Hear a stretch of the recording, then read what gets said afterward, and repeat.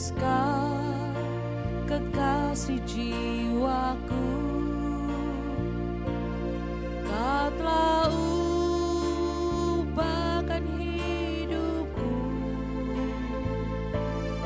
menjadi ciptaan yang baru. Kau telah korbankan hidupmu, darah-Mu hapuskan dosaku. Yesus, Kau selamatkan hidupku. Engkaulah segalanya bagiku. Mau selalu menyenangkan-Mu, mau selalu melayani-Mu, mau selalu mengikuti-Mu, untuk menjadi serupa dengan-Mu. Mau selalu turuti firman-Mu, mau selalu lakukan kehendak-Mu, mau selalu setia padamu sampai akhir nafas hidupku.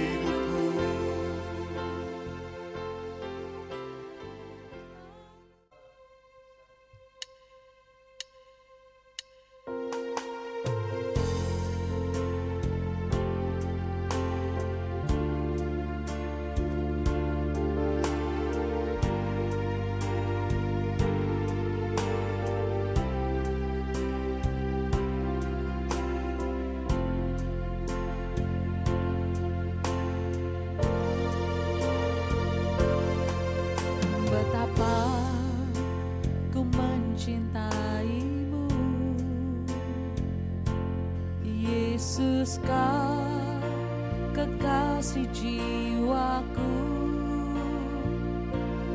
Kau telah ubahkan hidupku menjadi ciptaan yang baru. Kau telah korbankan hidupmu, darah-Mu hapuskan dosaku. Yesus, Kau selamatkan hidupku. Engkaulah segalanya bagiku. Mau selalu menyenangkan-Mu,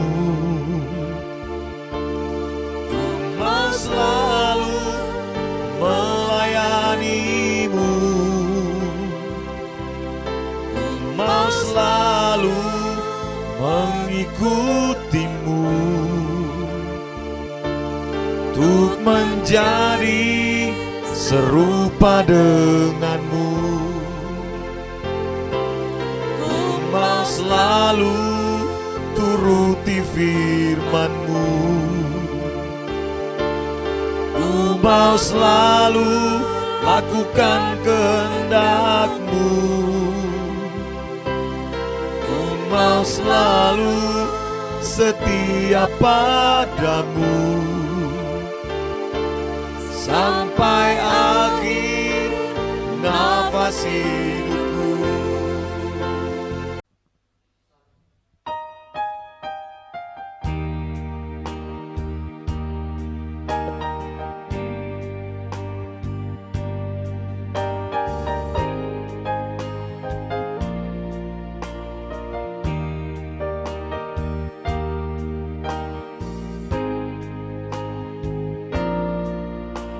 Hidupku bukti kebaikan,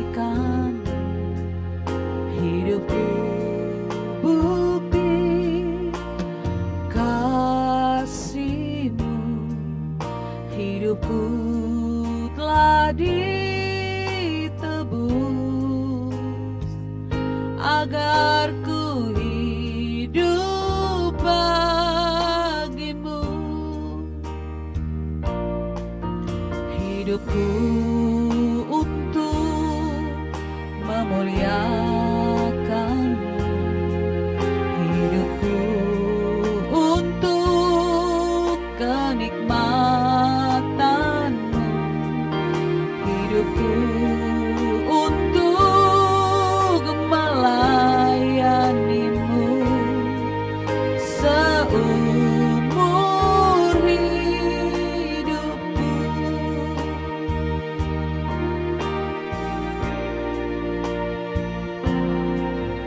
Hidupku bukti kebaikan-Mu, hidupku bukti kasih-Mu, hidupku telah ditebus, agar ku hidup bagi-Mu. Hidupku untuk memuliakan-Mu, hidupku untuk kenikmatan-Mu, hidupku untuk melayani-Mu seumur hidupku. Anugerah-Mu besar, anugerah-Mu besar,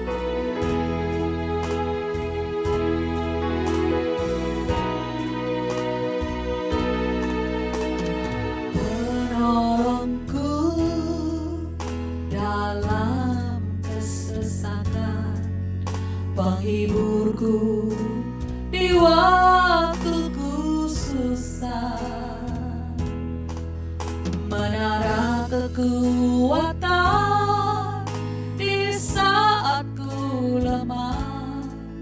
Engkaulah Tuhan Yesus, penolongku dalam kesesatan, penghiburku di waktuku susah, menara kekuatan di saat ku lemah. Engkaulah Tuhan Yesus, berseru dan kau mendengarku. Ku berharap dan kau tak kecewakanku. Berdoa dan kau menjawabku. Sungguh engkau aku.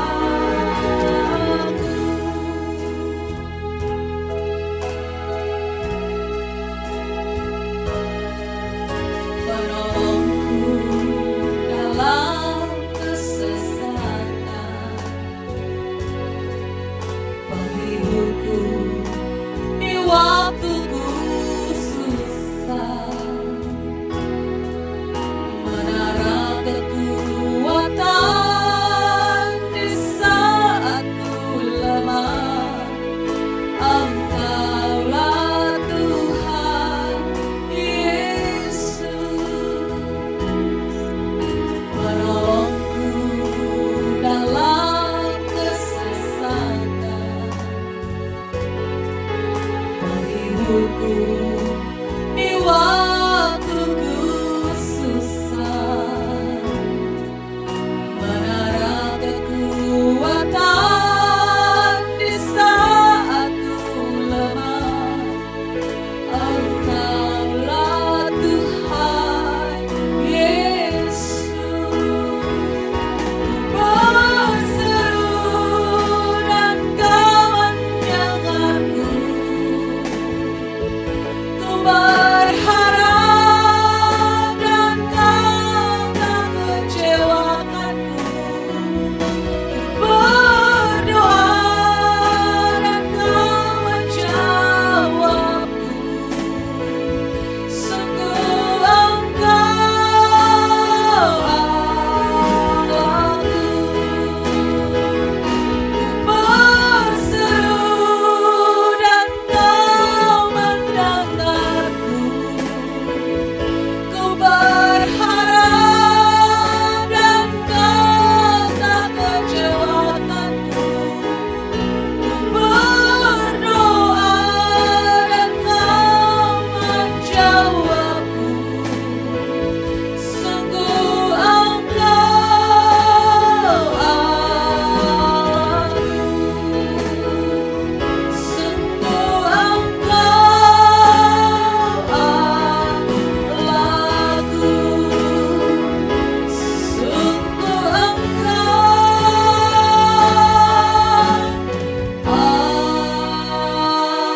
Allahku.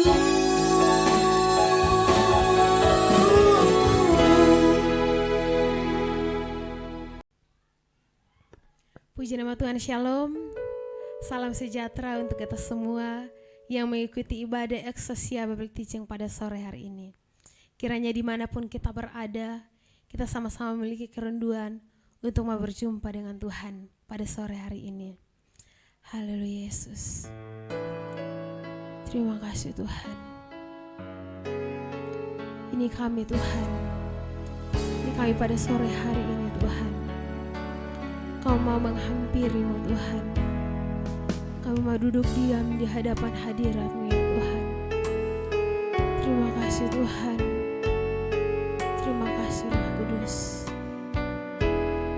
Haleluya Yesus. Mari Bapak Ibu sama-sama katakan. Ku duduk diam hampirimu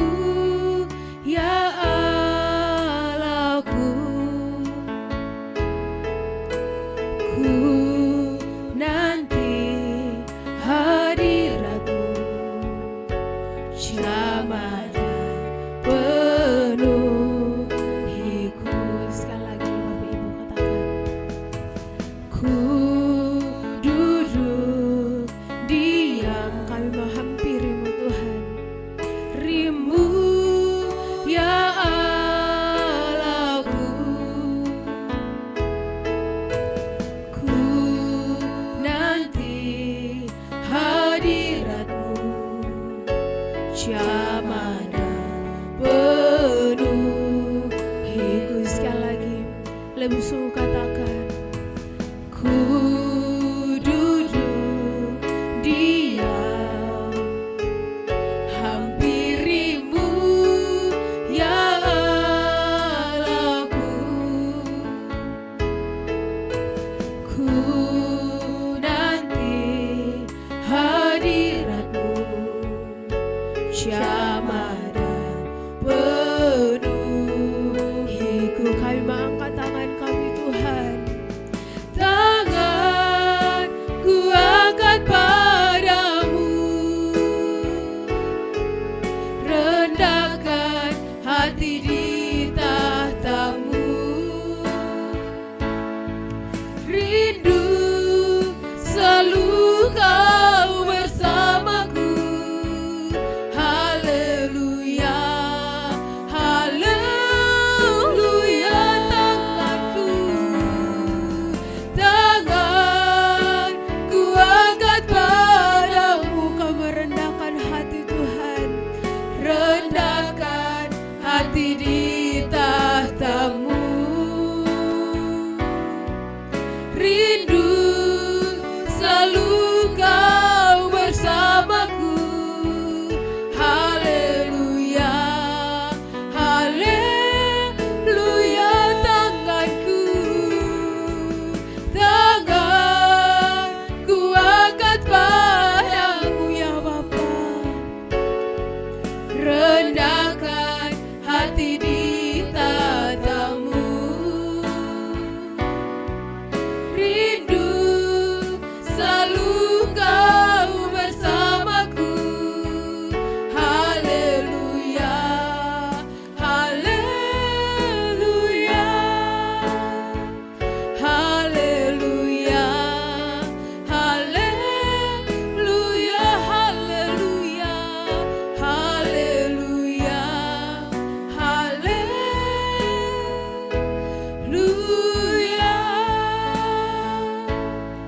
Terima kasih Tuhan, terima kasih Bapa. Kami sembah Engkau, kami muliakan nama-Mu Tuhan. Haleluya. Kami hampiri Engkau, kami hampiri hadirat-Mu Bapa. Ini kerinduan kami, ini kerinduan kami Tuhan. Haleluya.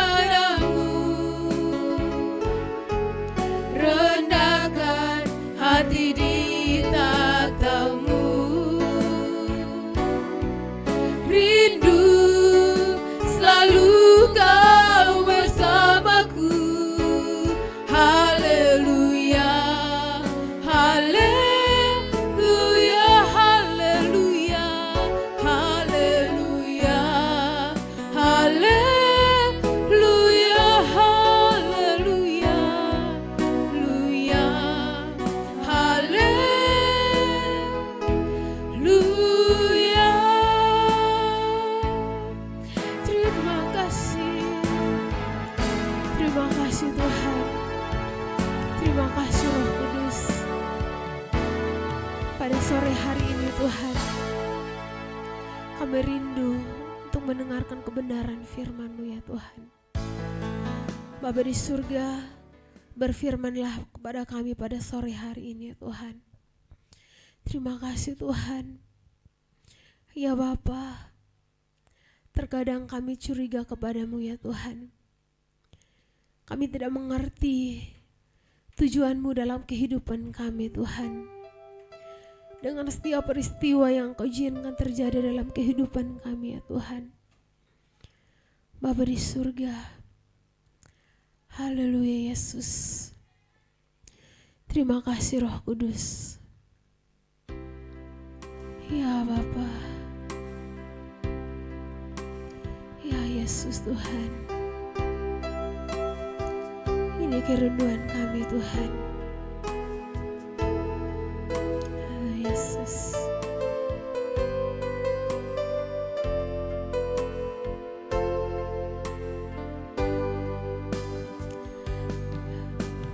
Dan ku tak mengerti maksud Tuhan yang izinkan biarkan ku jatuh. Kadang ku curiga padamu Tuhan, yang Kau izinkan tak ku terima. Jujur ku bertanya Kau di mana. Sekali lagi, kadang ku tak mengerti maksud Tuhan. Kau diam dan biarkan ku jatuh. Kadang ku curiga padamu Tuhan, yang Kau izinkan tak ku terima. Jujur ku bertanya Kau di mana. Mungkin saat ini ku tak mengerti rencana-Mu baik bagiku, bagai pelangi setelah hujan. Begitu indah rencana-Mu. Mungkin saat ini ku tak mengerti rencana-Mu baik bagiku, bagai pelangi setelah hujan. Begitu indah rencana.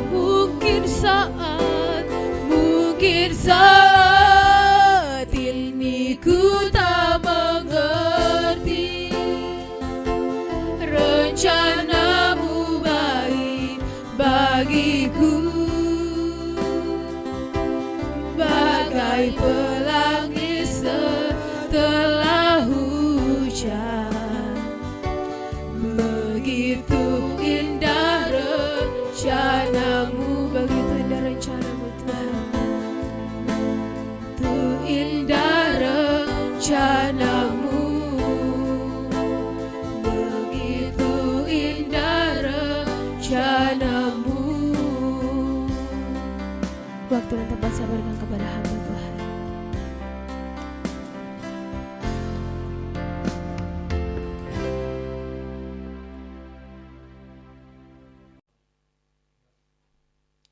Ya, shalom Bapak Ibu. Mari kita berdoa. Bapa, dalam nama Tuhan Yesus Kristus, terima kasih buat kesempatan pada sore hari ini kami dapat mendengarkan isi hati Bapa di sorga. Berbicaralah kepada kami Bapa pada saat ini.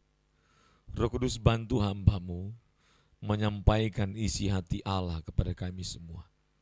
Tuhan Yesus berdiri di samping hamba-Mu, menopang ketika hamba berbicara atas nama Tuhan Yesus, atas nama Allah Bapa.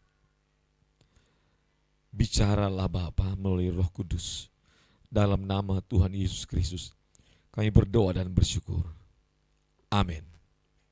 Baik, Bapak Ibu, kita akan melanjutkan serial khotbah dari tema Exousia Bible Teaching atau EBT pada beberapa minggu ini dengan tema 2 model mengenal Allah.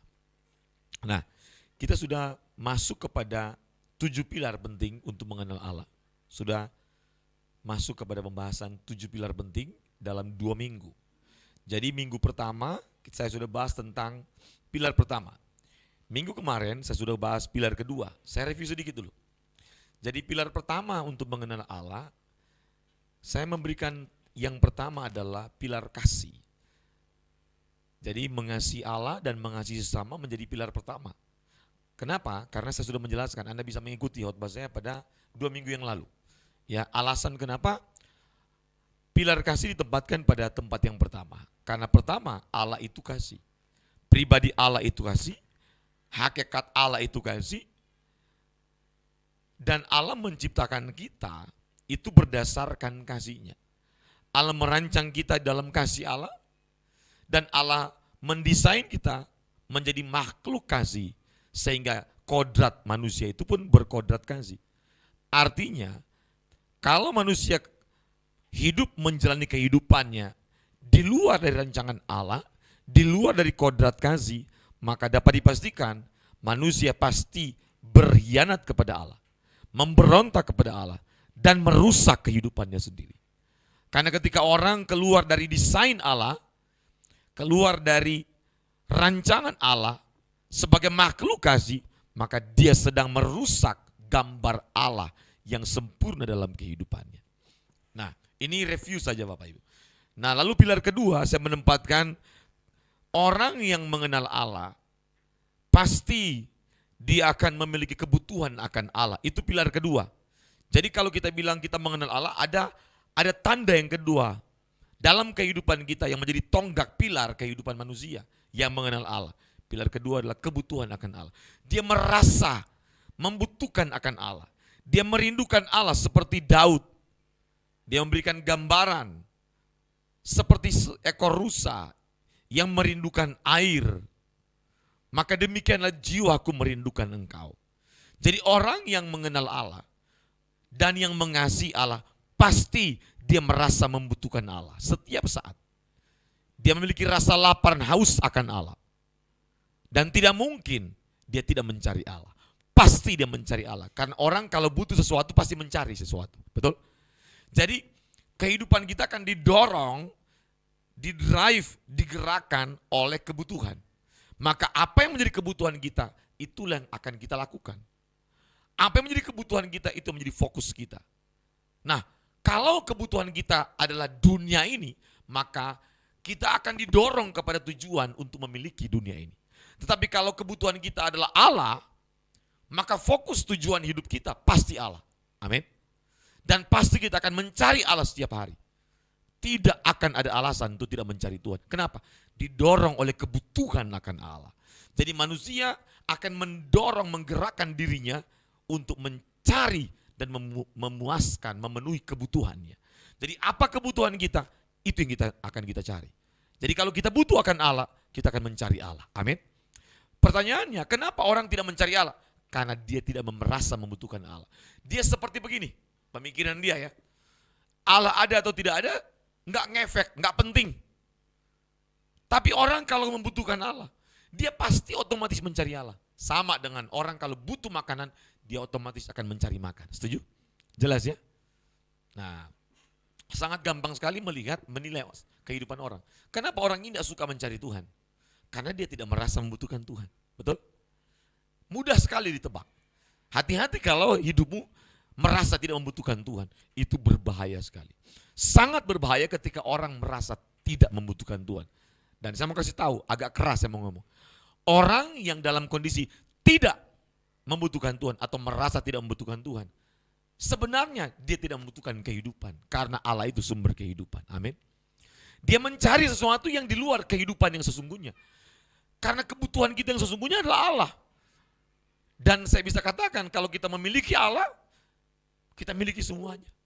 Karena sumber kehidupan kita adalah Allah. Dialah yang menciptakan kebutuhan, menciptakan kehidupan kita. Maka seharusnya dialah yang menjadi satu-satunya kebutuhan saya dan saudara. Ini sekedar review saja. Jadi berbahaya ketika Anda dalam kondisi tidak merasa membutuhkan Tuhan.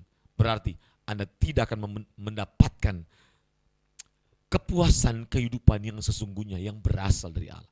Kalau orang mencari pasti mendapat. Kenapa dia mencari? Karena dia butuh. Amin. Orang yang mencari Tuhan pasti membutuhkan Tuhan. Dan ingat, orang yang mencari Tuhan semua ada waktunya. Tidak setiap waktu kita bisa mencari Tuhan. Makanya Yesaya mengatakan, Amos mengatakan, carilah Tuhan selama ia berkenan ditemui. Amin.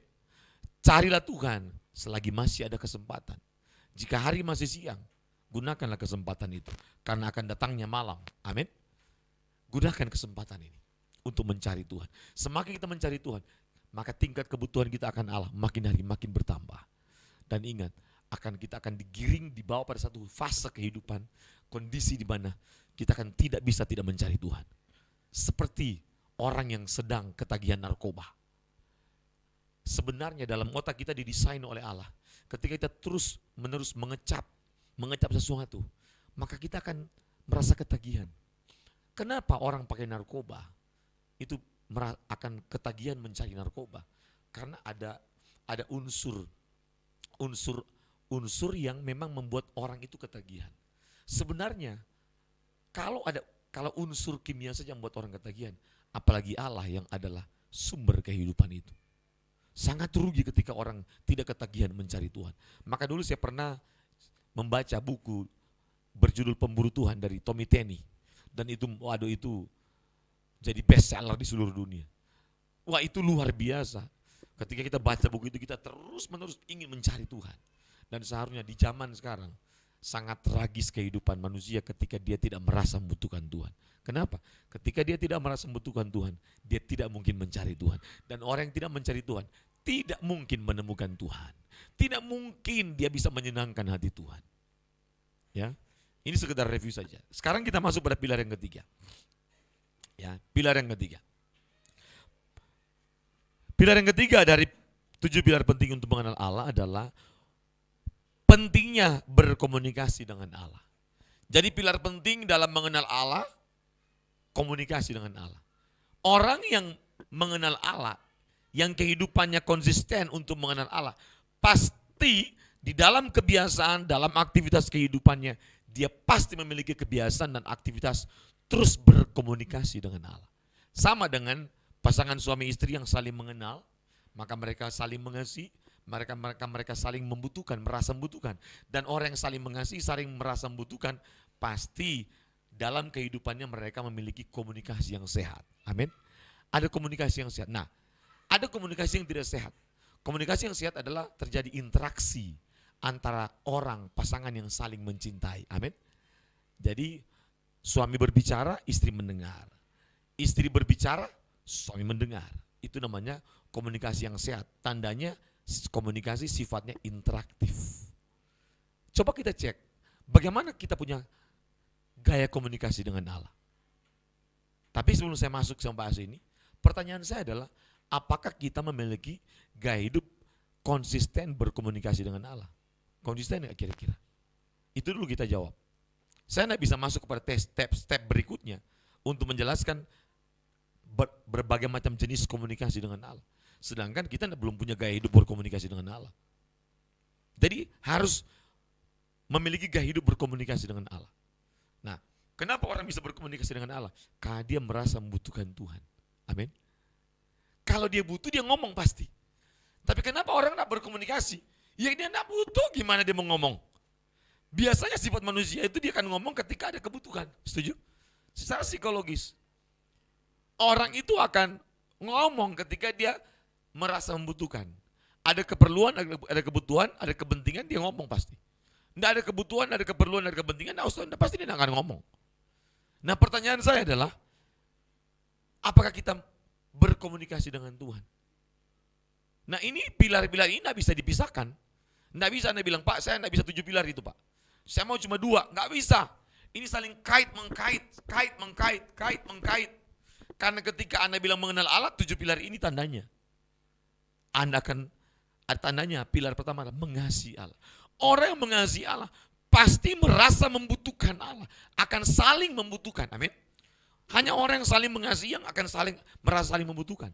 Setuju? Dan pasti saling mencari. Dan ketika orang ini saling membutuhkan, pasti komunikasi. Amin. Itu adalah fakta real yang kita bisa lihat ketika orang saling mencintai, mereka saling membutuhkan, tandanya mereka hidup bersama, mereka jalan bersama, dan pasti mereka berkomunikasi satu dengan yang lain. Amin. Nah, komunikasi yang sehat sifatnya interaktif. Ya, sifatnya interaktif. Kenapa? Karena bukan hanya kita mengirimkan pesan, tapi kita menerima pesan. Itu sehat. Amin. Ketika kita hanya mengirimkan pesan, kita hanya ngomong, maka kita tidak memiliki empati. Tapi kalau kita bisa bicara, mengirimkan pesan, dan mendengar, maka terbangun empati. Sama Tuhan sama. Kita harus berkomunikasi, berbicara. Berbicara itu bukan cuma di kamar doa, bukan pada saat berdoa saja, tapi dimanapun kita bisa berbicara, cuma harus lihat tempat. Kalau misalnya kita lagi dalam keadaan sendiri, kita bisa berbicara, Tuhan, kayaknya lelah juga hadapi masalah ini. Jujur, jangan berkomunikasi tidak jujur. Kita capek, kita lelah, kita nak ngomong sama Tuhan. Harus jujur, Tuhan suka yang jujur. Harus berterus terang. Karena ketika kita jujur, kita itu menyembuhkan diri sendiri juga. Nah, orang yang gak jujur tidak menyembuhkan dirinya. Kenapa banyak orang terus tenggelam dalam tekanan, stres, depresi, frustrasi bertahun-tahun? Karena dia kurang jujur. Kenapa gak sembuh-sembuh dari sakit hati? Kenapa ada orang sembuh-sembuh dari kebencian? Karena gak jujur. Kejujuran itu tandanya dia terbuka, mengeluarkan setiap apa yang dia rasakan, sakit hati, kecewa, marah, dikeluarkan dalam bentuk kata-kata, tetapi jangan kepada sembarangan orang. Harus pada orang yang tepat. Orang ini gak ember, gak bocor mulutnya, ya, tapi orang yang bisa menyimpan rahasia dan bisa mengerti kita dan bisa menopang dalam doa kita dan bisa terus bisa mendukung kita. Cari orang yang tepat. Setiap kita butuh orang lain untuk kita komunikasi. Nah, sama Tuhan apalagi bicara. Saya sering begitu, Tuhan, kayaknya berat juga masalah ini, Tuhan. Waduh, berat. Kalau itu bukan Tuhan yang menolong saya, Tuhan, saya nggak bisa. Kalau bukan Tuhan yang melindungi, saya nggak bisa. Saya juga ngomong, kalau bukan Tuhan yang membiayai anak saya kuliah, saya tidak bisa, Tuhan. Pasti. Maka saya bilang sama anak saya, Tuhan Yesus yang biayai kuliah kamu, Gloria. Saya ngomong sama dia, bukan papa. Karena papa bergantung sama Tuhan. Saya harus jujur sama Tuhan. Tuhan, saya nggak mampu. Tuhan yang dapat memampukan saya. Harus jujur. Jadi apa yang ada dalam hati kita, kita keluarkan sama Tuhan. Tapi jangan diiklankan di media. Jangan diiklankan di status Facebook. Diposting di status Facebook. Seluruh dunia baca. Nggak ada orang yang tolong juga. Mau taruh di status Facebook, siapa yang baca? Mark Zuckerberg. Mark Zuckerberg nggak ada waktu baca kita punya doa di Facebook. Saya kadang-kadang lucu. Baca status Facebook ditaruh. Aduh, kok kenapa saya jadi Habib begini ya? Ada nggak yang bisa tolong saya ya? Begini-begini, semua diceritakan di Facebook.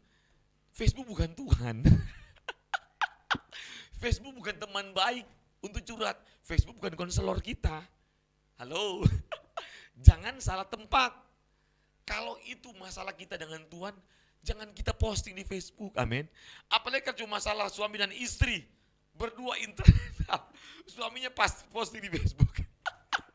Kadang-kadang istri juga ember, dia posting di Facebook. Bukan Facebook bisa tolong, jadi heboh. Bukan tambah baik, tambah damai, suami bisa marah. Kenapa? Itu privacy. Itu privacy suami dan istri. Jadi ada tempatnya. Tapi kalau sama Tuhan, Tuhan tidak mungkin marah. Kita buka semua sama Tuhan, Tuhan bilang saya mengerti. Amin.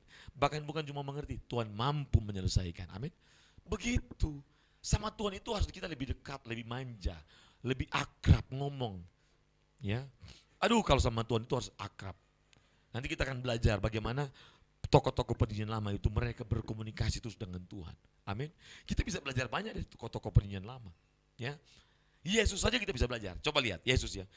Yesus ketika datang sebagai manusia, ya. Jadi yang benar Yesus datang sebagai manusia ya. Ingat baik-baik itu kata Alkitab. Jangan tambah-tambah, jangan kurang-kurang. Pakailah apa yang dikatakan Alkitab. Jangan pakai kalimat-kalimat tambahan dari para teolog. Jadi 2 Yohanes 1 ayat 7 berkata, para penyesat telah pergi ke seluruh dunia. Siapakah penyesat itu? Mereka yang tidak mengakui bahwa Yesus Kristus telah datang sebagai manusia. Kenapa? Rasul Yohanes harus menekankan Yesus Kristus datang sebagai manusia, karena kita hanya bisa mengikuti jejaknya sebagai manusia waktu dia datang ke dunia. Amin. Kita tidak bisa mengikuti jejak Yesus sebagai Tuhan dan Allah. Enggak bisa. Makanya jelas sekali ditekankan oleh Rasul Yohanes. Penyesat itu mereka yang tidak mengakui bahwa Yesus Kristus telah datang sebagai manusia. Amin. Yesus sekarang di sorga, bertakhta sebagai Tuhan, sebagai Allah, sebagai hakim yang akan menghakimi seisi dunia. Amin. Tapi yang kita ikutin, yang ditekankan oleh Rasul Yohanes dalam 2 Yohanes 1 ayat 7 adalah bagaimana kita bisa mengikuti jejaknya sebagai manusia. Nah, ada salah satu jejak teladan Kristus ketika Yesus datang sebagai manusia. Markus 1 ayat 35, coba lihat. Markus 1 ayat 35. Pagi-pagi benar, waktu hari masih gelap. Nah ini, ia bangun dan pergi keluar. Ia pergi ke tempat yang sunyi dan berdoa di sana. Amin. Tetapi ada ayat-ayat yang lain ketika dengan berbagai macam orang berbondong-bondong, ketika Yesus melihat bahwa banyak orang ini lapar, ikut-ikut dia tapi lapar. Yesus kasih firman tapi kalau perlu lapar dia harus kasih makan, betul? Maka Yesus bertanya kepada murid-murid. Jadi ingat, lihat, komunikasi Yesus itu sehat. Jadi vertikal dan horizontal. Dia ngomong dulu sama murid-murid, apa yang ada padamu, betul? Murid-murid bilang, salah jawab lagi. Kami tidak punya apa-apa. Iya, Yesus tanya, apa yang ada pada kamu? Yesus tidak minta apa yang tidak ada padamu. Benar nggak? Kadang-kadang kita bingung. Kenapa orang stres? Karena dia pikir Tuhan butuh apa yang tidak ada pada kita. Nggak bisa. Tatanan Allah, konsep Allah untuk mendidik kita, dia selalu memberikan ujian apa yang kita tahu. Setuju? Itu yang pertama. Yang kedua, Yesus akan minta apa yang kita punya. Yesus tidak pernah minta apa yang tidak punya kita punya. Setuju nggak? Yesus akan meminta kita bertanggung jawab dari apa yang menjadi tanggung jawab kita. Setuju? Dia tidak akan pernah minta bertanggung jawab dengan apa yang kita tidak bisa bertanggung jawab. Yesus selalu memberikan ujian sesuai kemampuan kita. Yesus tidak pernah memberikan ujian yang melampaui kemampuan kita memikul. Amin. Jelas ya? Makanya Yesus tanya, ini konsep yang benar ini. Cara Yesus mendidik muridnya, apa yang ada padamu? Salah jawab mereka. Kenapa? Mereka belum kenal Yesus yang benar. Sudah jalan-jalan gak kenal. Pertanyaan aja sederhana gak bisa jawab. Kami tidak punya ini jauh nggak ada warung, nggak ada makan. Ini waktu kita baca itu, ini kamu jawab aja, bilang yang kami punya itu ya cuma bawa untuk kita ya kan. Kan mereka itu kan pasti bawa bekal kan. Tapi pelit, nggak mau berbagi sebenarnya. Nggak cukup Tuhan, ya kan? Tuhan minta tanya apa yang ada padamu, bukan Tuhan suruh bagi yang punya kamu kan. Jawab aja, nanti kan apa? Yang namanya melipat kali gandakan mujizat bukan urusan murid, urusan Tuhan Yesus, amin. Yang Tuhan minta kamu punya apa, amin. Ingat baik-baik, waktu kita dalam kondisi terbatas, jangan stres, jangan merasa Tuhan tidak mampu. Selalu Tuhan minta, kamu punya apa sih? Tuhan, saya tidak punya apa-apa, saya cuma punya iman, saya cuma pengharapan, saya hanya punya kasih, amin. Saya hanya punya iman, saya percaya Tuhan bisa tolong. Tuhan cuma butuh itu. Atau kamu punya uang sekarang berapa? Kasih tahu Tuhan, cuma uang saya tinggal 50.000. Ya udah dari situ, Tuhan akan melakukannya, amin. Tuhan melakukan bagian Tuhan. Tuhan tidak pernah meminta kita melakukan yang bukan bagian kita, yang melampaui kemampuan kita. Catat itu baik-baik. Nah Tuhan minta, Tuhan tanya, apa yang ada padamu? Tiba-tiba seorang anak bilang, ada pada saya 5 roti 2 ikan. Tuhan angkat 5 roti 2 ikan. Langsung Tuhan bilang, Tuhan ini komunikasi Tuhan sama Allah Bapa, betul? Tuhan Yesus berkomunikasi loh. Jadi kalau tadi kita baca Markus 1 ayat 35, Yesus berdoa menyendiri. Dia berbicara kepada Allah Bapa dalam keadaan sendiri. Tapi dalam keadaan banyak orang, Yesus pun berkomunikasi dengan Allah Bapa. Amin. Dia di segala keadaan Yesus berkomunikasi terus dengan Allah Bapa, bukan cuma ketika sendiri. Ya ini harus kita ikutin. Amin. Dimanapun, dalam keadaan terjepit, ada banyak orang. Berdoa, Tuhan, aku terjepit Tuhan. Di depan mereka ini, mereka akan mempermalukan saya. Berikan hikmat kepada saya. Amin. Tuhan pasti kasih hikmat. Tuhan pasti kasih jalan keluar. Karena Tuhan tidak pernah mengkondisikan kita di tempat di mana kita tidak bisa berbuat apa-apa. Amin. Pasti kita mampu berbuat sesuatu seperti yang Tuhan kehendaki. Tuhan tidak pernah memojokkan kita untuk tidak bisa melakukan kehendak Allah. Selalu pasti ada cara melakukan kehendak Allah. Amin. Nah, perhatikan baik-baik. Maka Tuhan Yesus bilang begini, ya Bapa. Maka pertama Yesus, maka tergeraklah hati oleh belas kasihan, betul? Jadi Yesus jadi belas kasihan Yesus luar biasa dari hati. Melihat banyak orang ini butuh makanan. Dan Yesus berdoa, Bapa, berkatilah roti dan ikan ini. Langsung dilipat gandakan oleh Allah Bapa. Amin. Amin. Ini jelas. Komunikasi dengan Tuhan. Jangan anggap remeh komunikasi dengan Allah. Ingat, Yesus dimanapun, dengan siapapun, Yesus selalu berkomunikasi dengan Allah Bapa. Dia berkomunikasi dengan Allah Bapa. Dan kadang-kadang dia langsung sembuh. Jadilah sembuh, itu selalu. Tapi sebelumnya sudah berkomunikasi dengan Allah Bapa. Maka dimanapun kita bisa berbicara kepada Allah Bapa. Amin. Penting sekali untuk berkomunikasi dengan Allah Bapa. Sangat penting. Nanti di sesi berikutnya kita akan melihat bagaimana tokoh-tokoh perjanjian lama mereka berbicara kepada Allah Bapa. Mereka dalam keadaan terjepit, mereka minta tolong kepada Allah Bapa dan mereka berhasil. Tuhan menolong mereka. Pentingnya berkomunikasi dengan Allah Bapa, dengan Tuhan Yesus, dengan Roh Kudus dimanapun kita ada.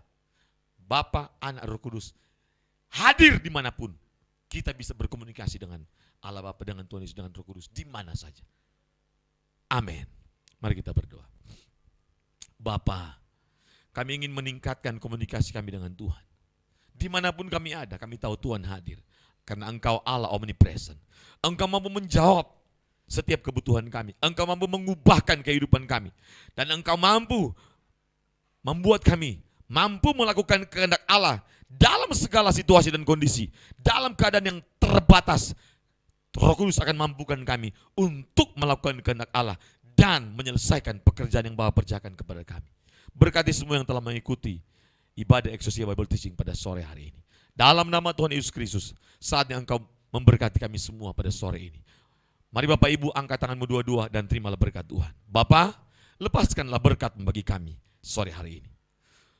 Berkat dan anugerah daripada Allah Bapa, cinta kasih daripada Tuhan kita Yesus Kristus, tuntunan, pertolongan, perlindungan, pemeliharaan yang sempurna dari Roh Kudus menyertai kita mulai sore hari ini sampai Tuhan Yesus datang pada kali yang kedua menjemput kita untuk pulang ke rumah Bapa yang kekal, memerintah bersama Kristus di kerajaan surga sampai selama-lamanya. Dalam nama Yesus.